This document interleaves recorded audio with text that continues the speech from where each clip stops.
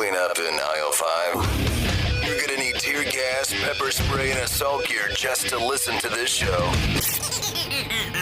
Sasquatch, the moon landing, UFOs, 9/11, flat earth, JFK. All of these things have one thing in common: unanswered questions. So let's get to the bottom of that.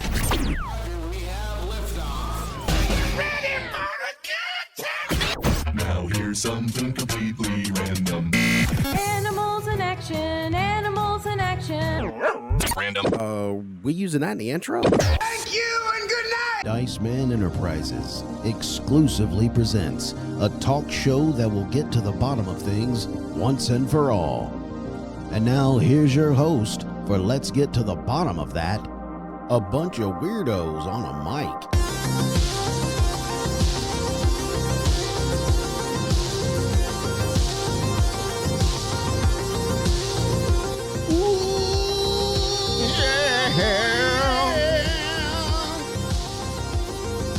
Welcome into another episode of Let's Get to the Bottom of That. We have in studio Joey.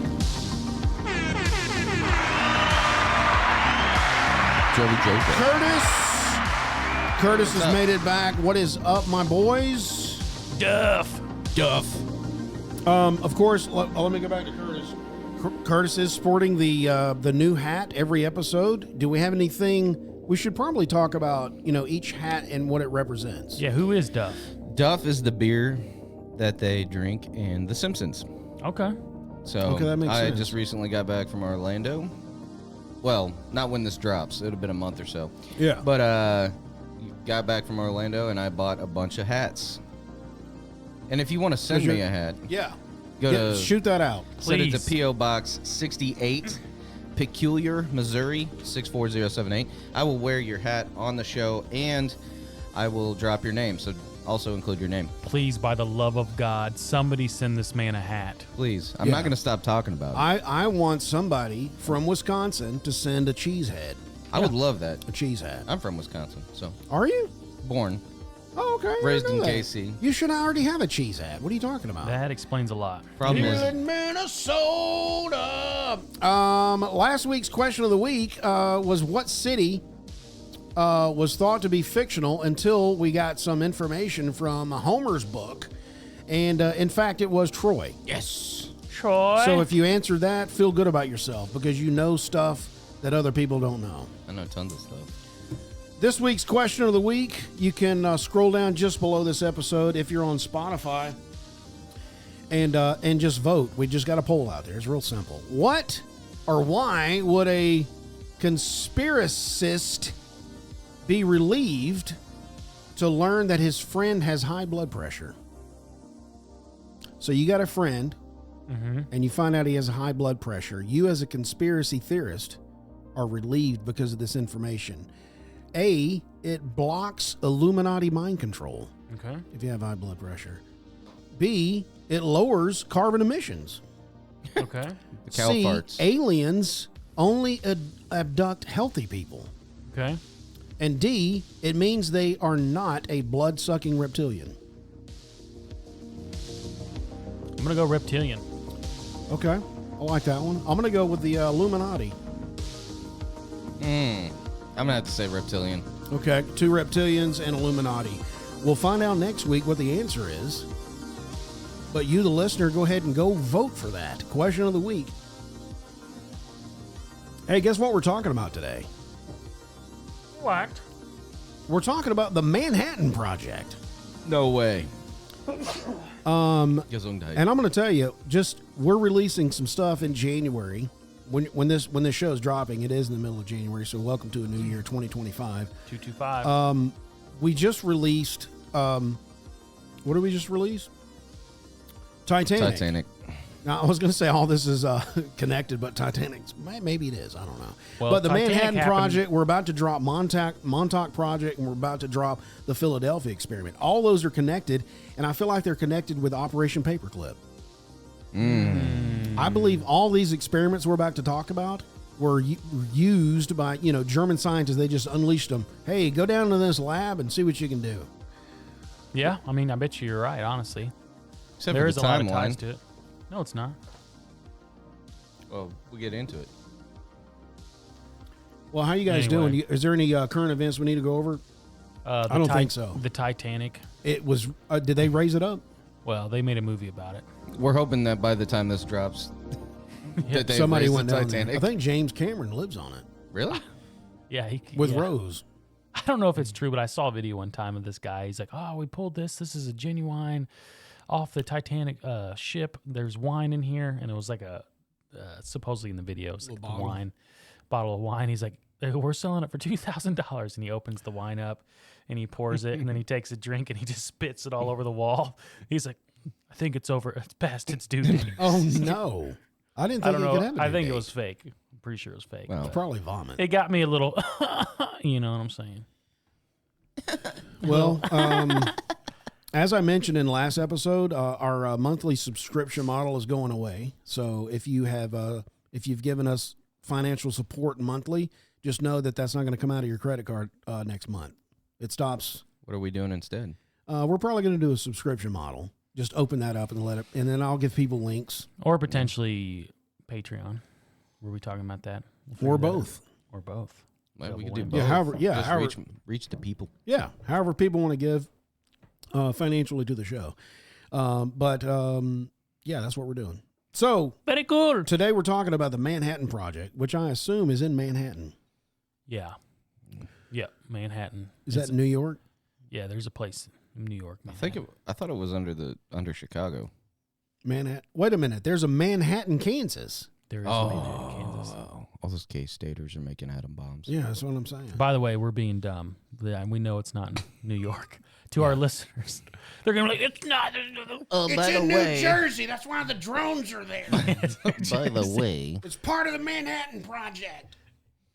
Yeah, very cool. Well, who wants to get us started on the Manhattan? Oh, we're going right into it. Okay. yeah. Unless you got something Skip else. forward 6 minutes. Unless you got something else to talk about. Well, let's talk about it. Do you got so the urgency and the fear? So this took place between 1939 and 1942. Okay, the Manhattan Project's inception can be traced to a single pivotal. Why can't I not read? Pivotal alarm bell. A 1939 letter signed by Mr. Albert Einstein. Are you kidding me? And co-drafted by physicist Leo Szilard. Sounds like a blood-sucking Szilard. Szilard? Schlizzlard. Delivered directly into the hands of President Franklin D. Roosevelt. This letter warned of a terrifying possibility that Nazi Germany, under the direction of scientists like Werner Heisenberg, Told you. might be racing to develop a nuclear bomb. Told you. The implications were unthinkable. A totalitarian regime wielding the ultimate destructive power. In the American corridors of power, what started as a conscious concern soon escalated into frantic action. By 1942, Roosevelt had quietly greenlit a top-secret research program, officially known as the Manhattan Engineer District, a deliberately mundane title. The project pooled scientific minds, military muscle, and vast financial resources. Notably absent from public discourse was any disclosure of its true nature. As an investigative journalist sifting through the disclassified memos, it's clear that the project's secrecy was not merely precautionary. It was driven by near-hysteria. The sense of impending doom had policymakers and generals whispering in closed-door meetings that if the U.S. did not act first, the world might forever be at the mercy of a German nuclear arsenal. German nuclear arsenal. Whoa, you dropped a hard J. Yeah. Were leaders truly scrambling to defend the free world, or was it there also an undercurrent of ambition, a desire to secure global dominance before another power could do the same? So that's the backdrop. That's the backdrop. With the context. Now, didn't we discuss just a little bit about the Manhattan Project when we did Operation Paperclip? I don't know, a little bit. We talked about because we were talking about we needed to get because it was Nagasaki. Mm-hmm. Is that right? Did I say Yep. that right? That's where they dropped the actual bomb that was created. You guys during are timelines off. Pearl Harbor. Here's the problem with Operation Paperclip being tied to this one. What's the problem? Is that Paperclip happened afterwards. It was like Are you 49 through what? Let me see. Hold It was Are you serious? 1945 to 1959. hold the phone. Wait a minute. So, but I thought if we you got think- all these. If you think about it, though, we got the German scientists after the war, and the war didn't. Oh, end because till we were sucking. 1945. Yeah. Sucking and building this bomb. Yeah. Well, no, I don't think this bomb had nothing to do with the German scientists. I don't think, You don't think? except for like Well, I mean, No. Werner Einstein von and Braun stuff. was the one that came up with, hey, here's how you shoot a rocket in the air. You Right, put a but that- bomb on it. But that was a V2 rocket. That was That V2. wasn't. It We was already nuclear. had the nuclear warhead. We did? Yeah. Yeah, that was already dropped it. Oppenheimer. Yeah, Oppenheimer. Yeah, that's why we didn't use an ICBM to hit Japan. You're right. You're right. We just got schooled. Well, Oppenheimer Guapo. Oppenheimer did go over and learn under German, like he went to school in Germany temporarily. If you've seen the movie and the documentary, All the German kids know how to Yeah. build rockets know how to build Yes, a rocket, you know how to buddy. build the Glocka? and the Glockes. But yes, this was before Project Okay, Paperclip. my bad. I'm But- glad y'all straightened me up on that because Guapo was out there. That's why we're here. Yeah. So, but Albert Einstein, Saving like I Guapo. said, was the one that dropped. But the definitely, information. Oppenheimer is this subject we're talking right now, Manhattan. Yeah. Yes. Is that right? Yeah, he was the head of the Manhattan Project, which there is a documentary and a movie about him. It's pretty good. Which is and, better, the doc or the movie? Well, they almost follow each other identical. Seriously? Yeah, they did a really good job. I was watching Historically. I was watching the beginning of it, and he's always staring off out of the window, and he's always got these weird flash, like psychedelic stuffs going on. I'm like, what am I watching right now? Yeah, it was kind of weird. But Is that because people thought that's what he was doing in his brain, or did he actually tell somebody, "Hey, I'm seeing colors of lights and explosion and atoms coming together"?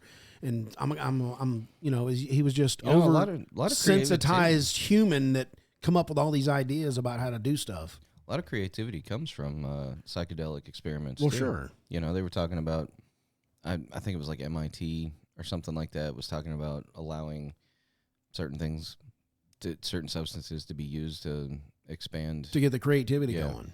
Yeah. I'd have to do a deeper dive. I mean, I into the think that's research of that, probably but why. Yeah, you're right. Tony Stark, probably that's how he did that in the cave. Yeah, They gave him some LSD, and all of a sudden, I got this robot walking around. exactly. Yeah. Okay, so let's talk about Oppenheimer for just a second. Oh, yeah? J. Robert Oppenheimer. Hang on, Oppenheimer. Oppenheimer? He was born. Is he German? No, It sounds kind of German, doesn't it? it sounds a Heimer. little bit. So he was born 1904. He was an influential American theoretical physicist, best known for his pivotal role in the development of the first nuclear weapons during World War II, often referred to as the father of the atomic bomb. Father of the atomic bomb. Yeah. Okay. Oppenheimer had profound implications for science, military strategy, and international relations. So, birth and family. Julius Robert Oppenheimer was born April What? 22nd, 1904, in New York City to a wealthy Jewish family. You're covering your face on Gotcha. the camera. It's okay. Nobody wants to. Just Yeah, Jason's going to be like, hey, you turn and look at the Hang on. screen. That's bad. get to. Hey, You guys seen the you got a camera. Look. You guys seen The Grinch? So anyway, he displayed exceptional intellectual abilities. Can you hear me? A little bit. Okay. Yeah. He displayed exceptional intellectual abilities early on, studying at the ethical culture Fieldston School before pursuing higher education at Harvard University, where he majored in chemistry. He later shifted his focus to physics, earning his PhD from the University of Göttingen, or how do you say that? Guggenheim. Gottingen in Germany. Guggenheim? Guttenheim. I'd have to see it. Gutenschlag. Under the mentorship of the renowned physicist Max Born. Jason Like Bourne? Jason's father. Yeah. That's Yep. right. Yep. Oh my The God. real name's David Webb. He made significant contributions to quantum mechanics, quantum field theory, Jeez. In the theory of cosmic rays, he held academic positions at the University of California, Berkeley, and the California Institute of Technology, where he became a respected professor and mentor to many young physicists. So he's a smart guy, bro. Cool. Is anybody doing that today? Yeah. Like, we hear of all these things like he's all this and that, and he created this and that. Is that still going on? Creation? Yeah, Elon Musk. I mean, like, oh, is that right? I guess you could do that. I mean, he had a rocket caught by a tower. That's true. That's true. That's the first time that's ever happened. Yeah. Okay. I mean, billionaire genius. there's a lot of smart What people about out there. some context around? Oh, you want to go context? Well, you're the context guy. Give us some text, bro. Oh, you want some text? All right, I'll give you. Give me I some love some context, text. brother. All right, so what was going on around the Manhattan Project? Yeah, what was going on? So Japan no. sought to expand its empire in Asia and the Pacific to secure natural resources. Which one was Pearl Harbor? That was December 7th, 1948. 1941. 41. Cheese But ball. I I'll just get like into throw that. it out. Like The I don't U.S. even care. opposed Japan's 90s. aggression in China and Southeast Asia, leading to economic sanctions and embargoes, including on oil exports to Japan. These sanctions strained Japan's economy and were a key factor in Japan's decision to attack the U.S. Wow. Attack on Pearl Harbor was December 7th, 1941.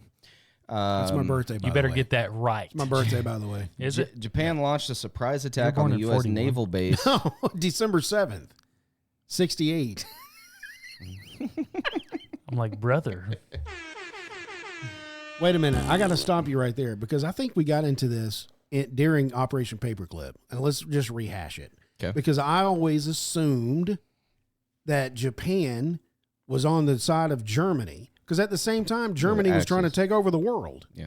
Right? I actually just read a book by Stephen Ambrose that some of the Germans, after the Allies and basically the U.S. Army That's a good took one. over Berchtesgaden or something like that. I forget. It's Hitler's Eagle's Nest, The Sounds beer good. garden? right? The Germans that were surrendering were like, hey, we should join up and attack the Russians. And then like all the American troops were like, no, we're done with war. Wow. Yeah. So anyway, what I was saying was I always assumed that Japan was going, hey, Hitler's trying to take over the world. Let's join him and let's bomb the U.S. But apparently not from what the notes I'm just reading here. it was just I think the They're like, hey, aggressors, yeah, you're trying to mess my economy? yeah. I'm going to drop some stuff on you Yeah. in Pearl Harbor. So, Japan launched a surprise attack on the U.S. naval base at Pearl Harbor, Hawaii. The attack aimed to cripple the U.S. Pacific Fleet and prevent interference with Japanese expansion. This event led to the U.S. to declare war on Japan, formally entering World War II. Allied and Axis alliances.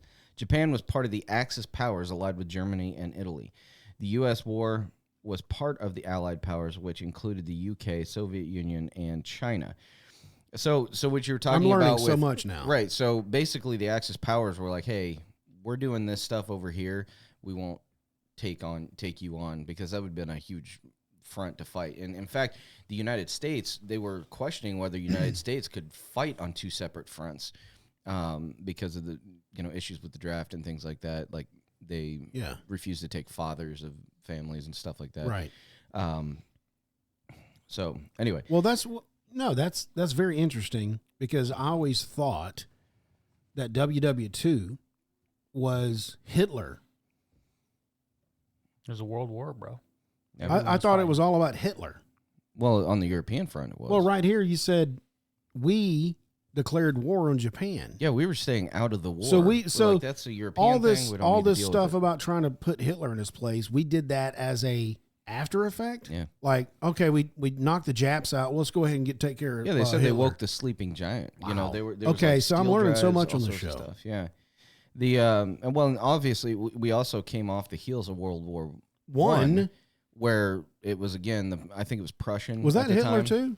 No, Hitler was actually a war hero from World War One.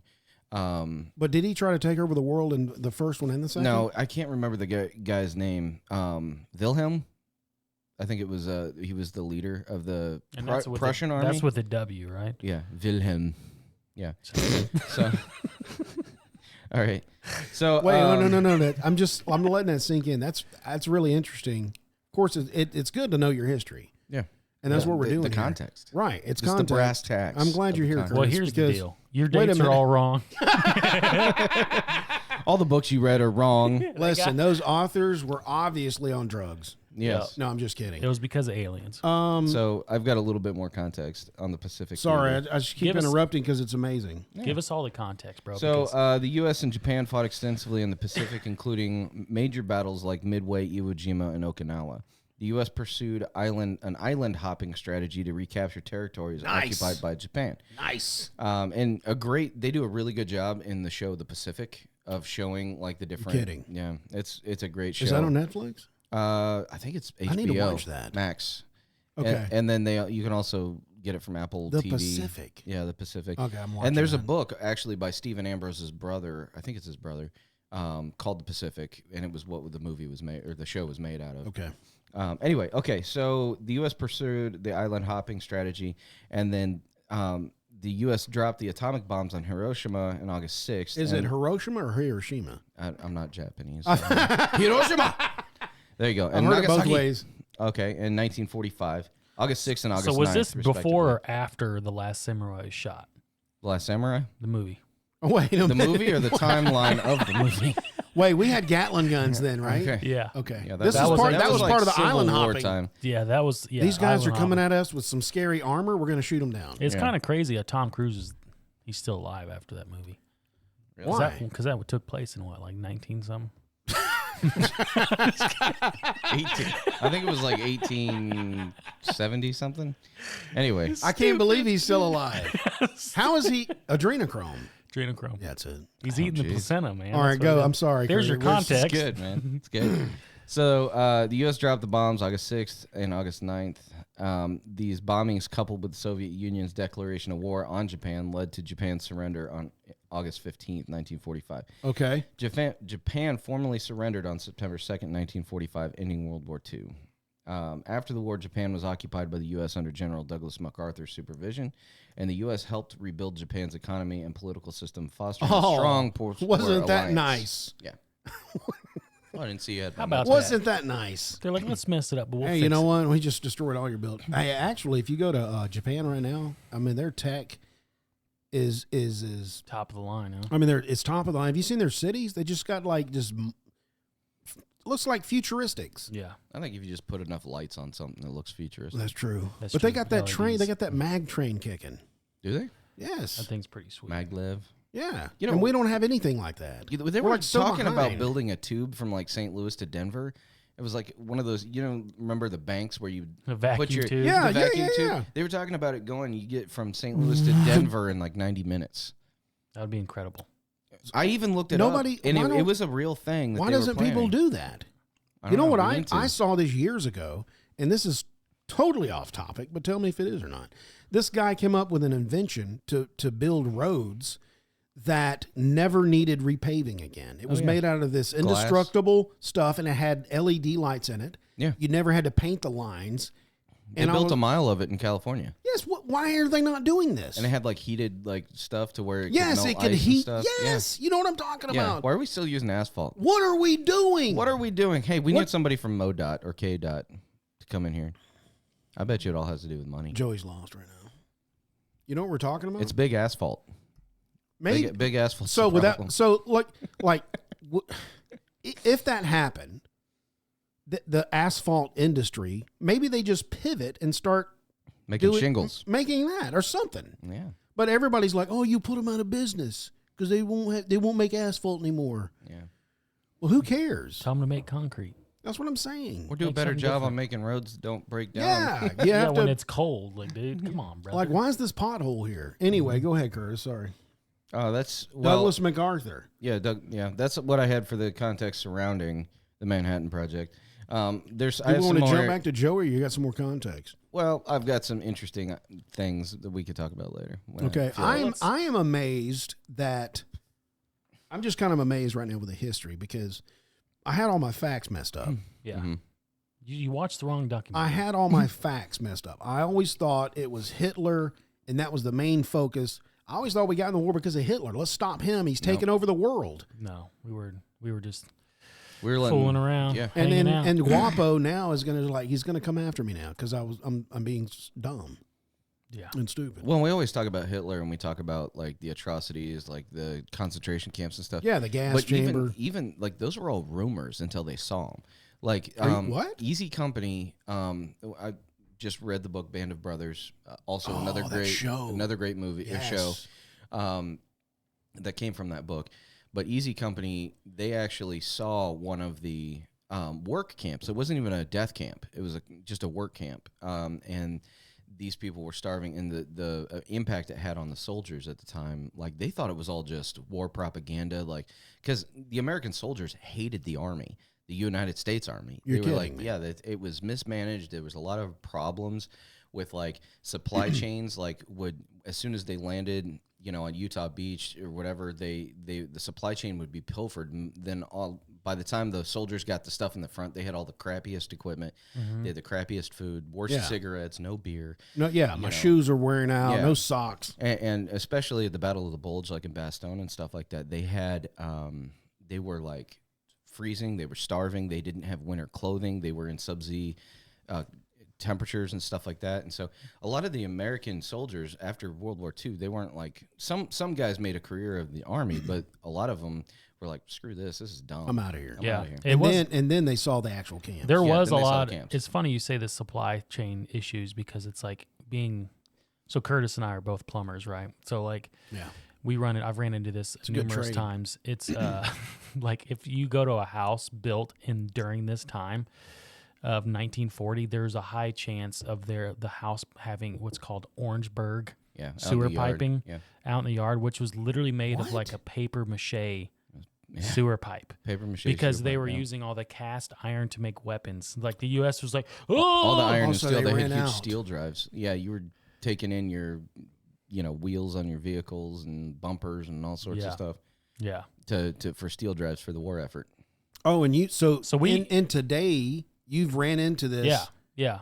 Like Yeah. nobody's replaced this. No, I mean it's most of it's probably been replaced by now because. But I'm saying you've seen it. You've like, I've seen it, Who is yeah. this? 1941. Well, I'll run a camera and the pipe looks like a. You're looking. You're like.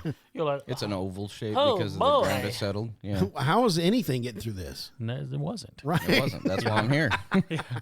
But yeah, I mean it's and we see evidence of that. By the way, supply if you're chain. in Kansas City and you want to play with people's poop, join the local league. Yeah, we'll hook it up. We'll Put get us you in. down. Put us down as a reference, Curtis, not me. Oh my gosh. But I'm only going to get you in if you send me a hat. Yeah, send them. Yeah, send him a hat. You got the PO box. It's a nepotism. But it is What true. it? I mean, Do we want to throw this back to Joe, Yeah, or do you want to go contact? You want to save something for later? I'm going to save this part for later. Okay. It's just kind of an interesting fact. Well, it is interesting you say that because it's like we were struggling to get supplies to the front lines and then To the troops. in the back end we've got a multi-million-dollar project where we're creating An atomic bomb. a freaking artificial sun basically. Yeah. Just Well, they're still trying to do that though. what with Cold bombs? fusion. Yeah. They still haven't. That actually perfected happened. They created cold fusion. What? We're just waiting for it to be like, Why? How come my house is Industrial. not heated then? well, because you want something Black brand new. hole sun? Huh? Oh, wait for that. I'm just saying because you just said this. It's a little. So that cold fusion has been done Yeah. because that's like uninterrupted energy. Just Yeah. Haven't you watched The Saint? no. Haven't you seen Val Iron Kilmer? Man? Oh, yeah. I've seen Iron Man. Yeah. It's a good movie. I'll look it up. All right. Well, Joey, talk to us about Well, do you guys feel like you have a good contextual idea of what was going on during World War II to our listeners and to you guys at the table? Well, I feel like I do. I mean, well, other than the fact that I thought Hitler, it was all about Hitler. Yeah. And then, was what we're talking about, the Manhattan Project, due to what we did on Nagasaki and Hiroshima? So what do you mean? Say that again. Is what we're talking about, the Manhattan Project. Let's come together and build this thing. Mm-hmm. Or was it because of what we did to Nagasaki and Hiroshima? Was that the result of what we're talking about? The atom bomb. Yeah, which that's interesting. I made a connection. You said that we were messing with Japan's finances. Yeah. Their What economy. year was that? I don't know. Let's see here. But that's prior to their involvement. Right here it says 19. Oh, wait, That's when we the dropped 45. the bomb. We dropped it, but in Hold on. we put sanctions on their economy. These sanctions. Probably. Well, they attacked us in 41, so it had to be around 1940. Well, were they already involved with the Axis powers, Japan, before we? Who are the sanctioned, Axis powers? Germany. Okay. Germany, Italy, and Japan. So we put embargoes, oil exports. So they were like, we're crippling them. Yeah, And they were like, hey, that's enough of that. We're going to attack you. well, because they United joined the wrong States team, right? Freezes Japan's assets July 26, 1941. Holy junk. President Franklin. Oh, stupid. 41. Wait a minute. We froze them in 41, and they turned around and said, hey, we're not doing that. And then they attacked us. In that same year. 41. Wow. Yeah, in December. So a few months later. So Tokyo They shut decided it. to strengthen its positions in terms of its invasion of China by moving through Southeast Asia. Given that France had long occupied parts of the region, and Germany, a Japanese ally, now controlled most of France through someone's puppet government, France agreed to the occupation of its Indochina colonies. Japan followed up by occupying Camaran Naval Base, 800 miles from the Philippines, where Americans had troops, and the British base at Singapore. Now, that happened in the Spanish-American, or no, sorry, it was it happened in Cuba, when the... You're talking about the Russian Missile Crisis. That's why that was in the 60s. But Yeah. the reason we were in the Philippines was right after, I think it was the Spanish-American War. I can't remember what it was called. Guapo, tell us. Yeah, Guapo, You'll tell know. us. Come on, Guapo. Anyway, what you were putting a connection there with the sanctions? Well, I was just curious when the sanction happened. Oh, okay. Because it's like so we sanctioned them. So the project itself, they started creating this bomb. So this what year? notification was 39. So we were already working on this bomb. Gotcha. Yeah. Oh, that's weird. Yeah. What? Yeah. Yeah. Why? Were they just geared because of all the turmoil in Europe? Well, because of Let's build a bomb in case we need to put it on because and drop it on Germany- Hitler. Because the chance of Germany making one. Taking over. Oh, gotcha. Yeah. So basically, it was a race. But President Roosevelt swung into action by freezing all of Japan's assets in America. Britain and the Dutch East Indies followed suit. The result, Japan lost access to 3/4 of its overseas trade and 88% of its imported oil. Japan's oil reserves were only sufficient to last 3 years, and only half that time if it went to war and consumed fuel at a more frenzied pace. Oh, bro, we did the good old-fashioned freaking Yeah. starve them out. Japan's immediate response then was to occupy Saigon, again with Vichy, France's acquiescence. If Japan could gain control of Southeast Asia, including Malaya, it could also control the region's rubber and tin production, a serious blow to the West, which imported such materials from the East. Japan was now faced with a dilemma: back off its occupation of Southeast Asia and hope the oil embargo would be eased, or seize the oil and further antagonize the West even into war. Okay. I was going to say, I think we got a break coming up, right? Yeah, we'll do is we'll take a break real quick so we can pay the bills for the skills, because I got some headphone jacks that are out and they need a repair. Boom. But we'll be right back. What are we going to hit when we come back, Joey? We're going to talk about compartmentalization and civilian ignorance. That sounds good. Stay tuned after the break. We'll be right back.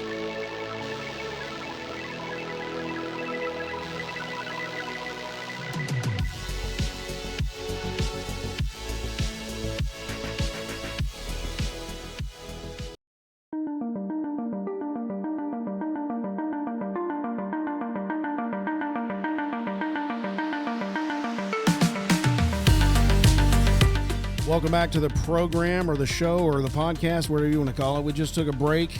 We're talking about the Manhattan Project, if you're just now joining us. And Joey's going to talk to us about something. He said something about Oppenheimer and Some stuff. and how he made love to his woman while he was making the bomb. Yeah. Yep. Did that happen? Absolutely. Okay. Yeah, he was That was his inspiration. He was a promiscuous fellow. Anyway, so Canon. That's why I heard Albert Einstein kept watching him through the window, yeah, he did. which was weird. And then he slid a note under there. He's like, hey, I think we need to get to work. You gotta stop. You are breaking the time-space continuum. EC equals what? Ishi. Okay. So as the project gained momentum, it splintered into a web of research and production sites scattered across the country. Principal locations included the Los Alamos in New Mexico, Oak Ridge in Tennessee, and Hanford in Washington. Each facility focused on a different piece of the atomic puzzle. Enriching uranium, producing plutonium, conducting theoretical research, yet the hallmark of the Manhattan Project was its near-obsessive compartmentalization. Workers knew only what they needed to know.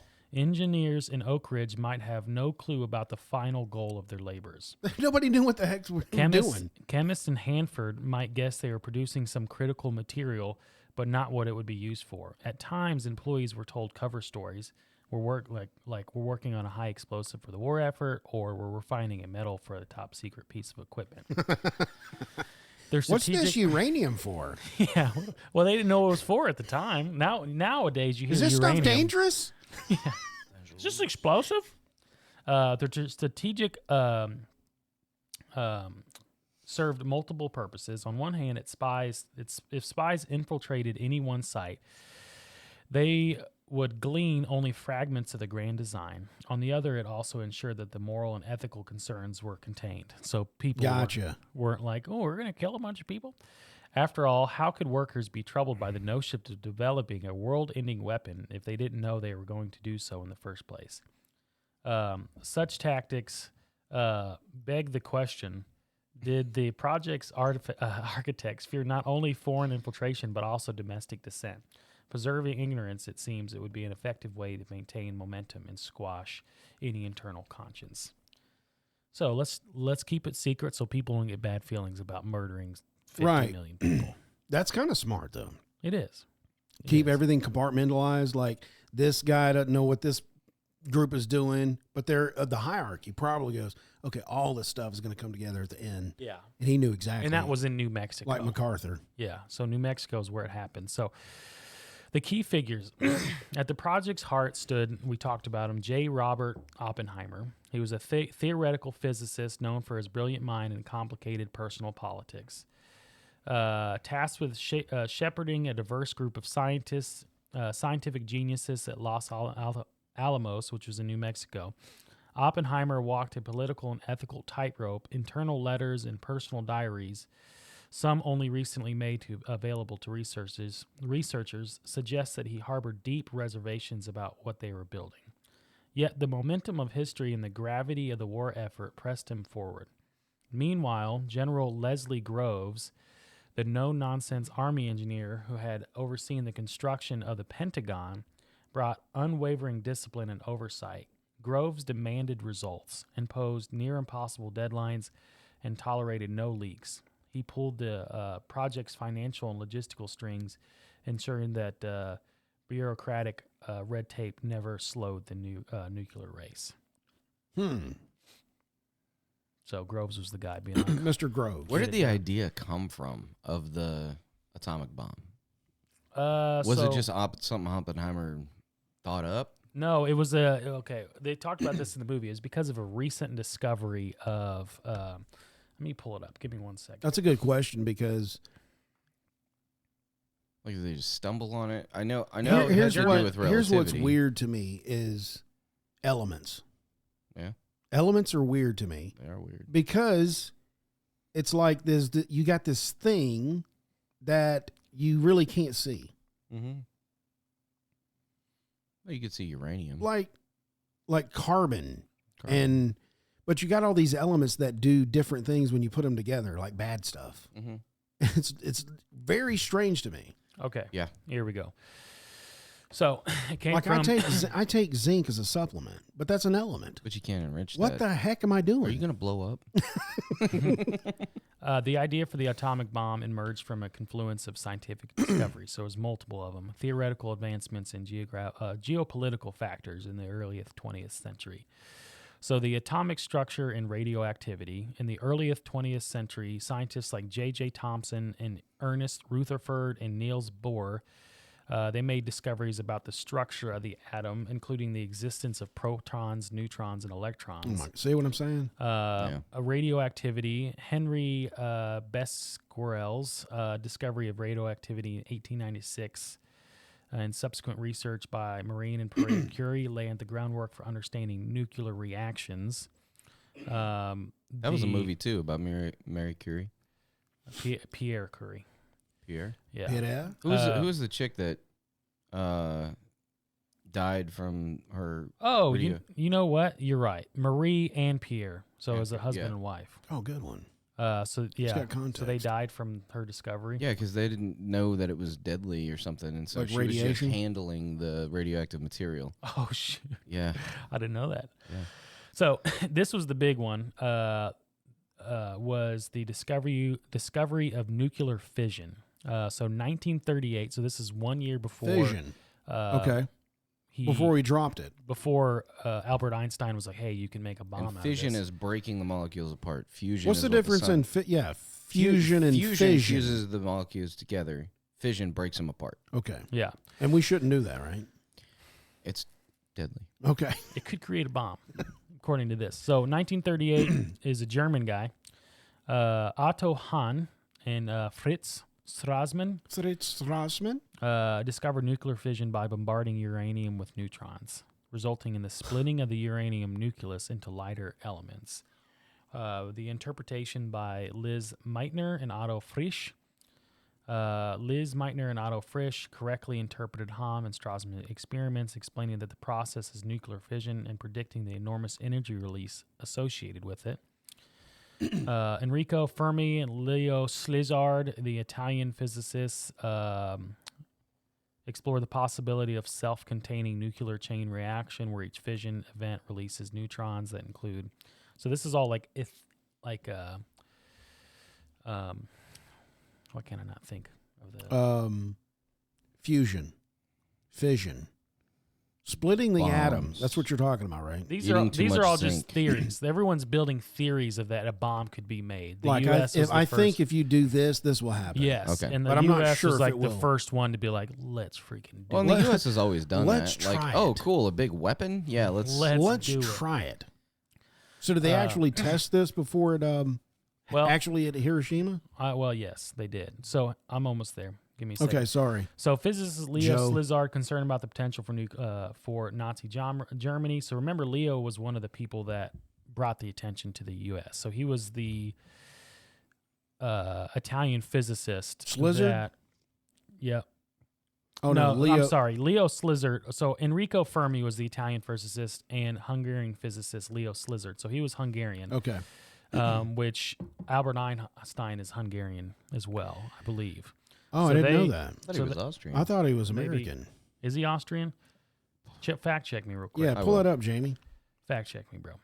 So he went to Franklin Roosevelt and said, "Hey, this is potentially a very powerful bomb," and said, "You guys need to make this before the Germans do." the Germans. Lot of The do. Germans. So there We're you go. pretty sure that the Germans were on track doing this as well.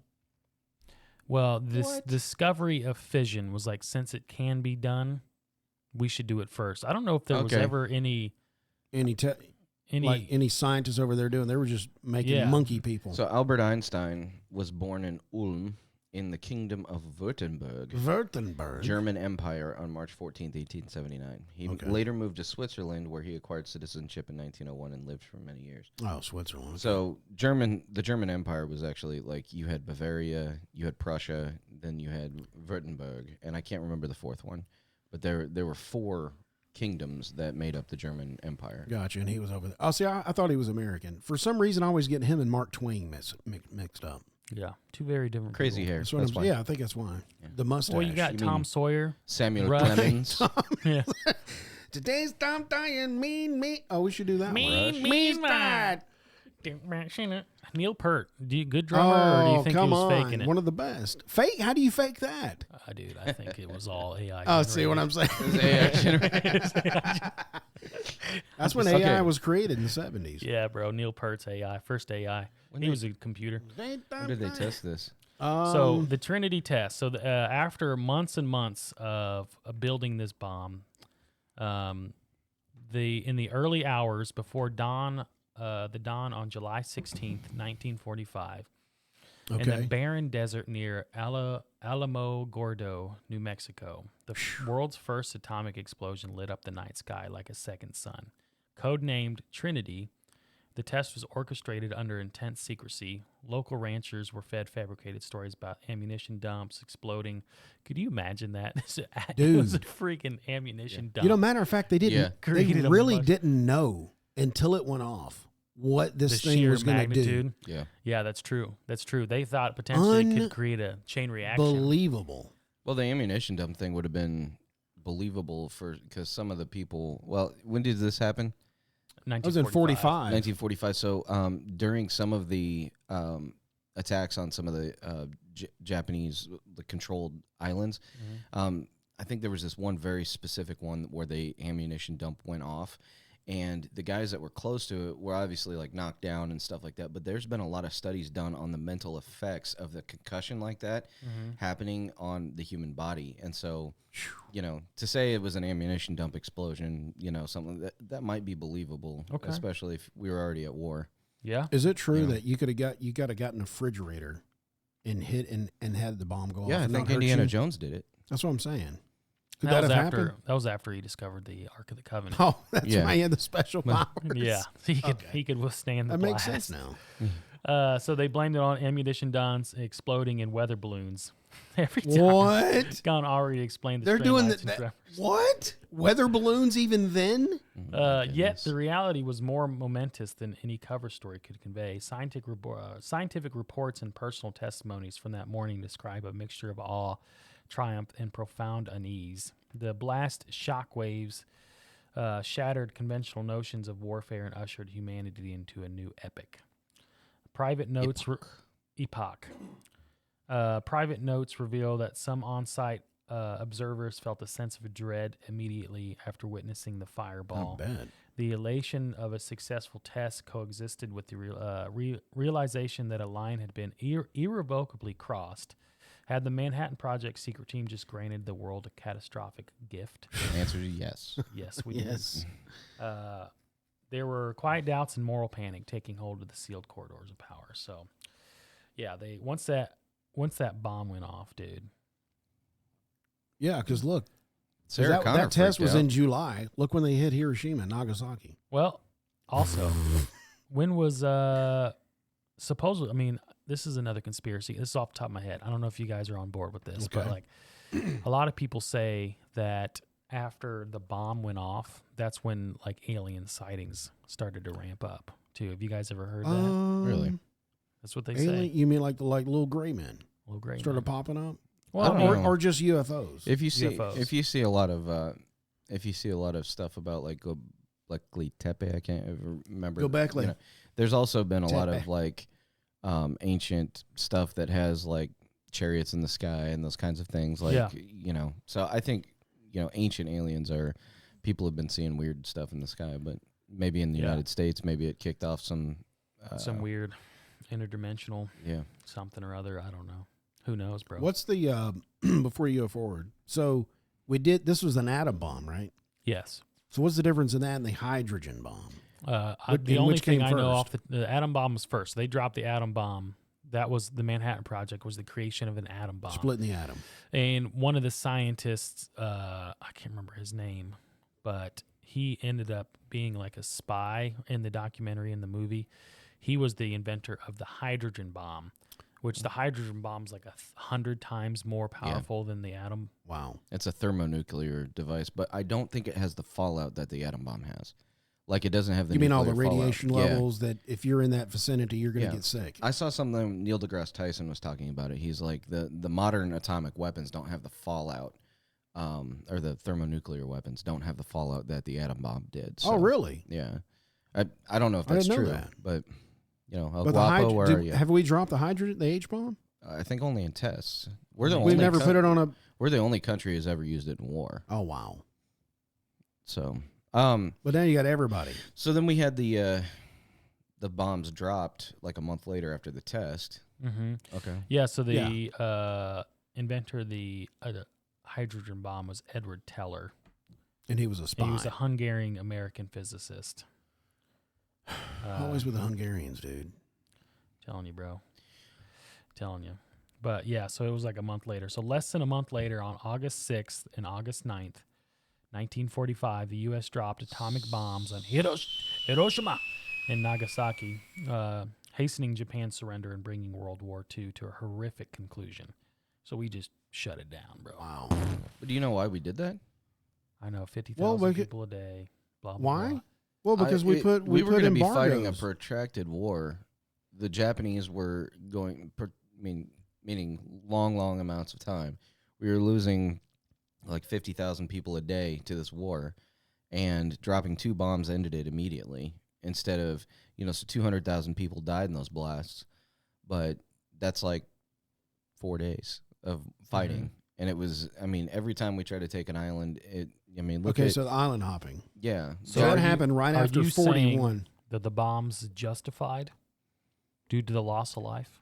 I'm saying that it was probably better to do that than to fight this protracted war. I don't think that the island. I don't think we would have taken that territory.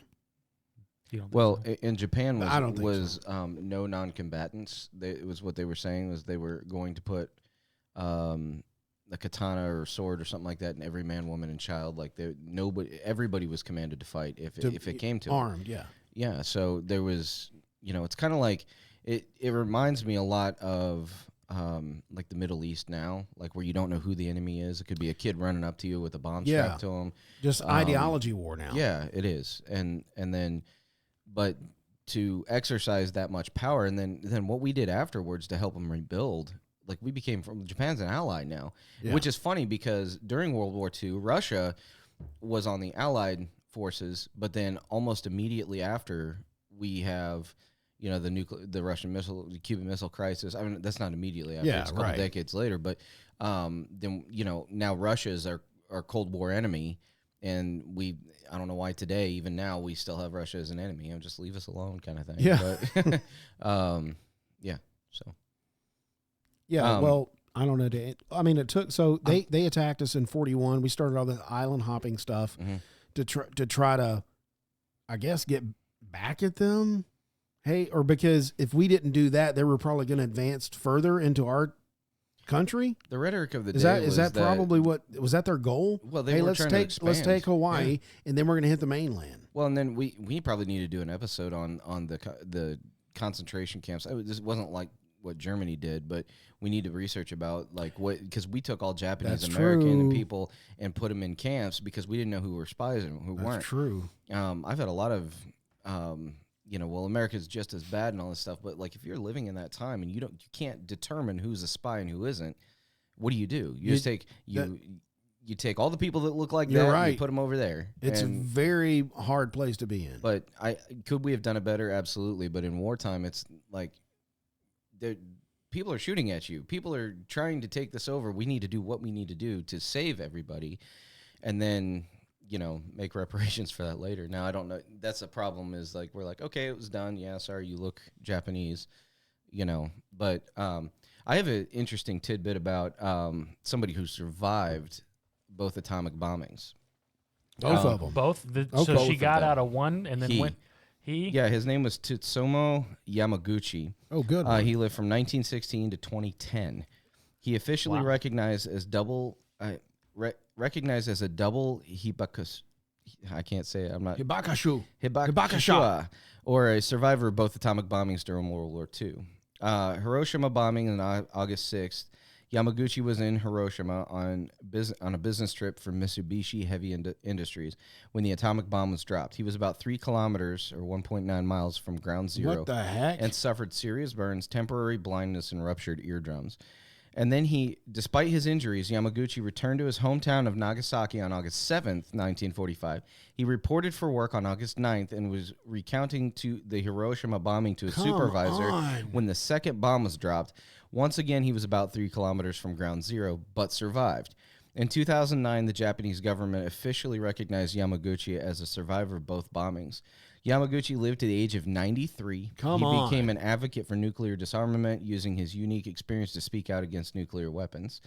And so I asked, I did some research on like how did he survive? Tsutomu Yamaguchi was not the only person to survive both atomic bombings, but he is the most well-documented case. Here's why his survival stands out. Refrigerator. Yamaguchi was about 3 kilometers from Or he's ground zero. Wolverine. He suffered burns, temporary blindness, and other injuries, but was shielded from the full force of the blast by his environment. What does that mean? Probably was in a Fridge? building or something. Okay. He was again about in Nagasaki. He was again about 3 kilometers from the ground zero, but this time his position inside a sturdy office building likely helped protect him from his fatal injuries. In both instances, being just outside of the immediate zone of total destruction played a critical role in his survival. People closer to the epicenter faced near instant death from intense heat, pressure, and radiation.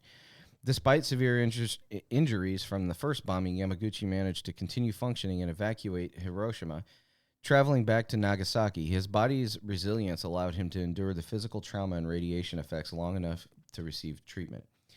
Yamaguchi had access to basic medical care in both cities, which helped him treat burns and minimize infection. This was crucial to surviving the immediate aftermath. Documented as twice bombed. Although other individuals survived both bombings, Yamaguchi's story was recognized officially by the Japanese government in 2009, giving him a unique place in history. Wow. Ultimately, Yamaguchi's survival was a combination of distance, shelter, medical care, and remarkable luck. His story highlights the devastating power of the bombs and resilience of the human spirit. Wow. Well, real quick, just going to go over just the kind of weird stuff. So the official narrative promoted at the time was the necessity, using the bomb, had supposedly saved countless lives, like Curtis said, countless Allied lives by avoiding protracted invasion. Yet whispers of alternative motives began emerging almost immediately. Critics and conspiracy theorists questioned whether these cities were chosen, in part, as live demonstrations of grounds of the bomb's power, not just against Japan, but as a stark warning to the Soviet Union, where the internal memos suggesting that some officials were concerned about post-war global dominance as they were ending the conflict at hand.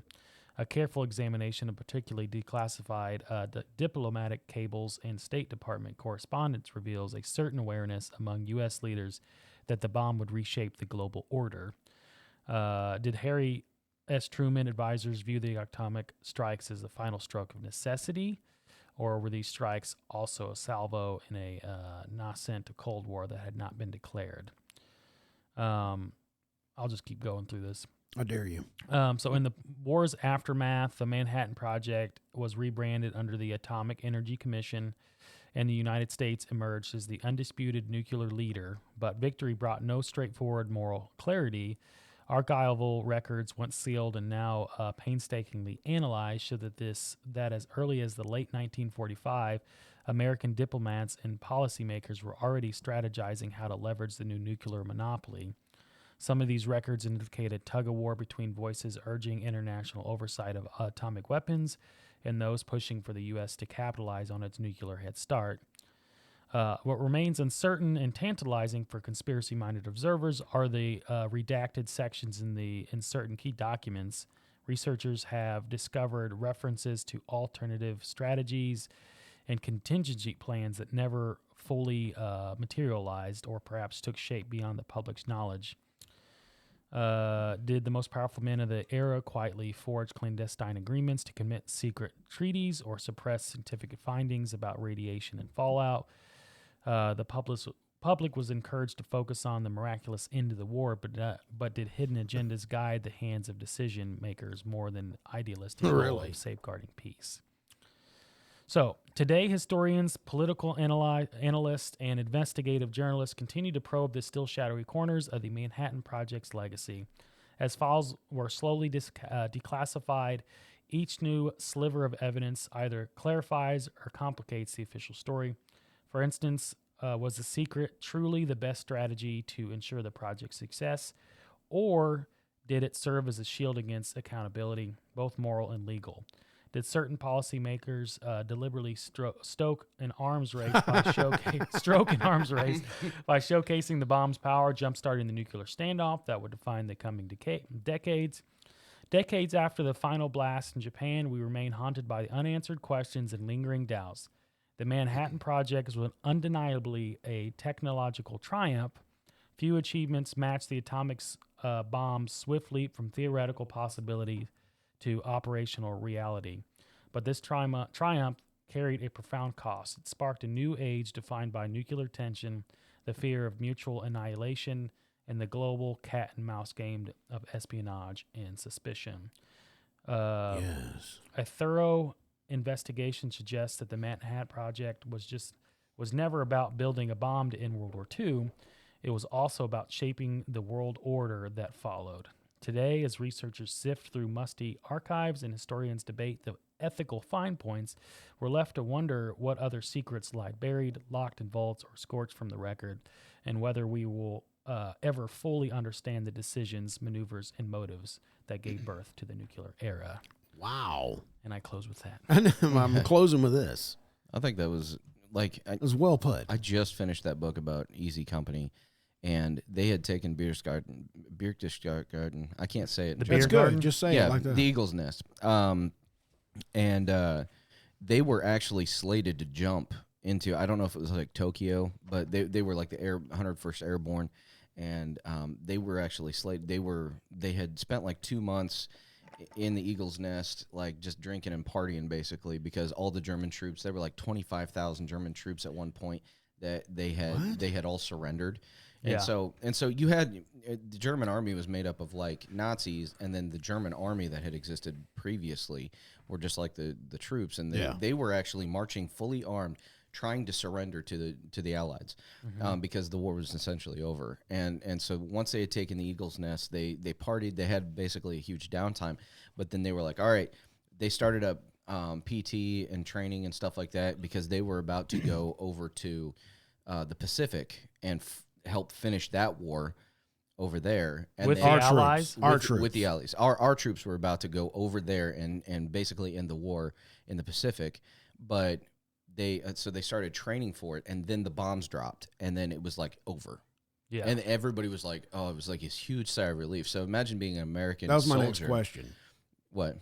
When we hit Nagasaki, what did that do to the operation in Europe The operation so in that Europe ended. was over already? at this point. Yeah. Yeah. We had already won. it was just us versus Japan. at We that were point. basically cleanup crew. Italy, gotcha. they closed the pass from Italy. I forget what the pass was called, but they closed it, shut it down to where the Italian troops, they didn't really have any more fight left in them either.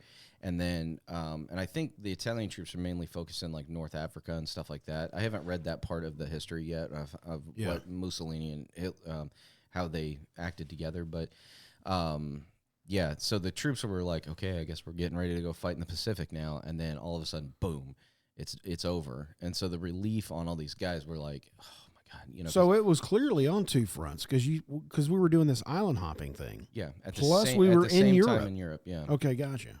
So there was We dropped this bomb and said it's over. Yeah. And so Done deal. you have Europe was a little bit more temperate. In the winter, it was very, very cold, especially Battle of the Bulge that happened like in bulge. in December. I think it What was. are they bulge? battling? What are they battling over a What bulge? bulges? I mean, It was. I this know that's town- what men do all the I time. mean, I this won. town called Bastogne, and these guys were basically it was like we were at a stalemate essentially, but it was just bombings and mortar shells and stuff like that, artillery fire, and these guys were just huddled in foxholes for like months, and I'm really terrible with dates, so like I can read a date and I don't retain it, Yeah. unless I put it into context or something. That's why I'm the context guy. What about? Okay, so I'm in my mind when you're saying all that. I'm thinking the beach at Normandy Utah and yeah. when we hit that beach. Was that the WW1 or 2? You talking That was about one. D-Day? That was one. Yeah. that was one. Okay. D-Day was one? Yeah. Was it Gotcha. really? Yeah. No, it was two. It was. Yeah, I D-Day thought it was was- two. Sorry. So thought it was where were 2. we going? So that was that was the front. That was in- one of the two fronts we're hitting in Europe. That was in France. We hit Normandy. and then they went into like Belgium. So Germans had already taken France yeah, when we hit that place? yeah, Wow. yeah. Germans and I think one of the things I read was talking about the French prime minister or whatever it was kind of like a puppet government for the Nazis. So he just kind of allowed them in. You're kidding me. So But- they didn't really kill the administration when they took over France. I don't think so. Wow. Again, I read a. This is I read a book crazy about because we're Easy doing all Company, that, so- and all of a sudden we drop the bomb, and then it's over. Mhm. Yeah. Probably because they thought, hey, we're next. Hitler That had bomb is already about to been- hit our concentration camp. Hitler had already been taken out at this point when we dropped the bombs. Mm-hmm. Oh, wow. It was done. We took the Eagle's Nest. All of the Nazi Wow. party leaders were either shot or This stuff's captured, kinda blurry to me. or they hid, escaped to Argentina. A lot of them escaped to Argentina. And in fact, Israel. There was one guy, I can't remember his name, but Israel led a raid on his home in Argentina, brought him back, and then hanged him. Hitler? In like the 1960s. No, he was one of the top leaders in Hitler's Nazi Heimlich? party. Heimlich maneuver. Yeah, Hitler died. Hitler died April 30th, 1945. It says suicide April? by. Yep, April 30th.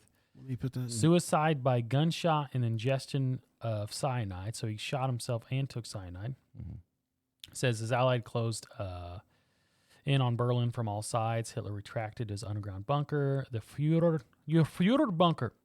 You don't probably know how to say it better. But Führer? in the heart of the Führer? city, facing imminent death, he killed himself.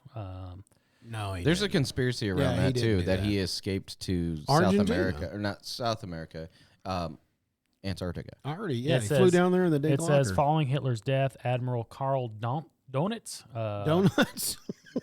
named his successor as the president of Germany.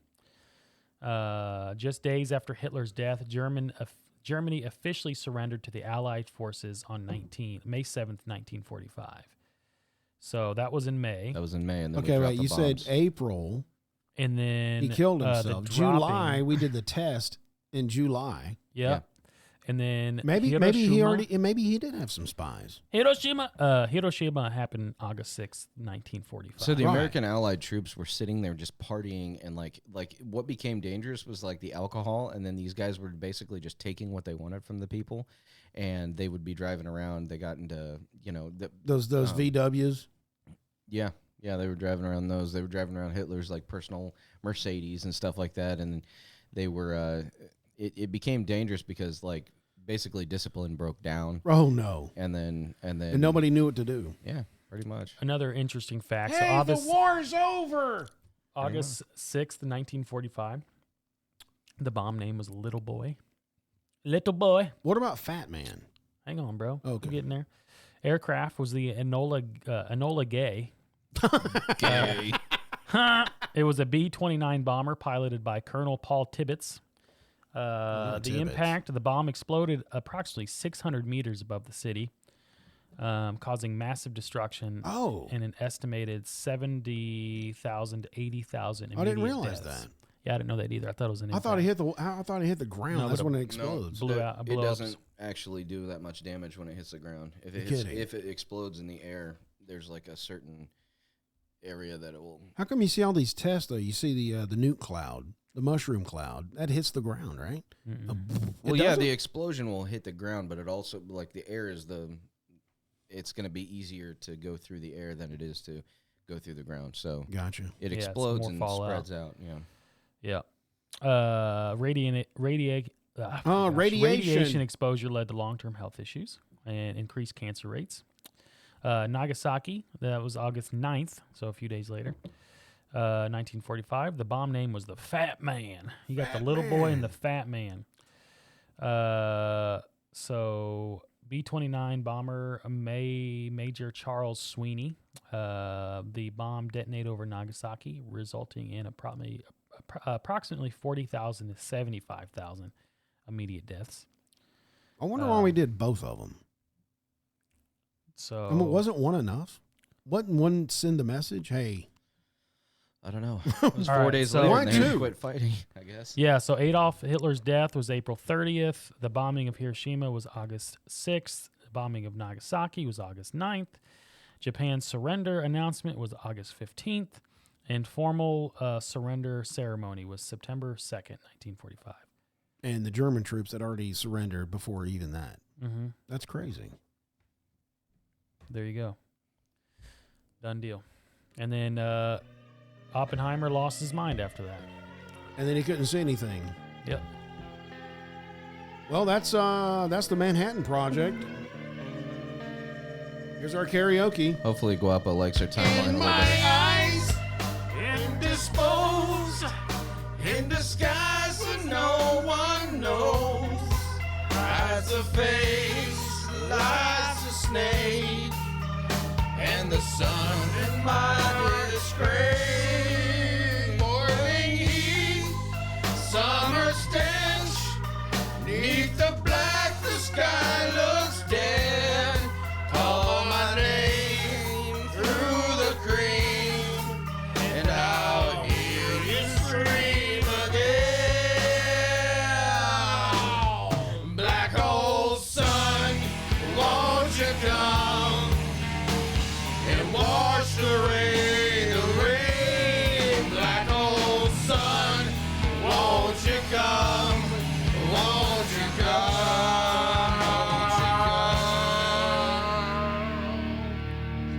Stuttering, cold and damp, seal the warm when tired friend. Times are gone for honest men, sometimes far too long for snakes. In my shoes, walk in sleep. In my youth, I pray to keep heaven send hell away. No one sings like you anymore. Black hole sun, won't you come and wash away the rain? Black hole sun, won't you come? Won't you come? Black hole sun, won't you come and wash away the rain? Black hole sun, won't you come? Won't you come? Black hole sun,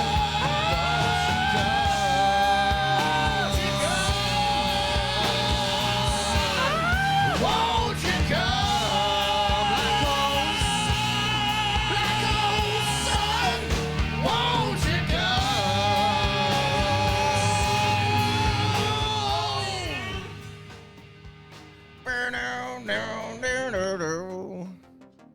Okay, there's the breather. That was good. Thanks everybody. Yeah, that was a good one. Black Where'd hole Joey sun. go? Oh, he's gone. He disappeared into a black hole He's sun. gone. I mean, we're talking about the black hole sun because of the fission. Fission.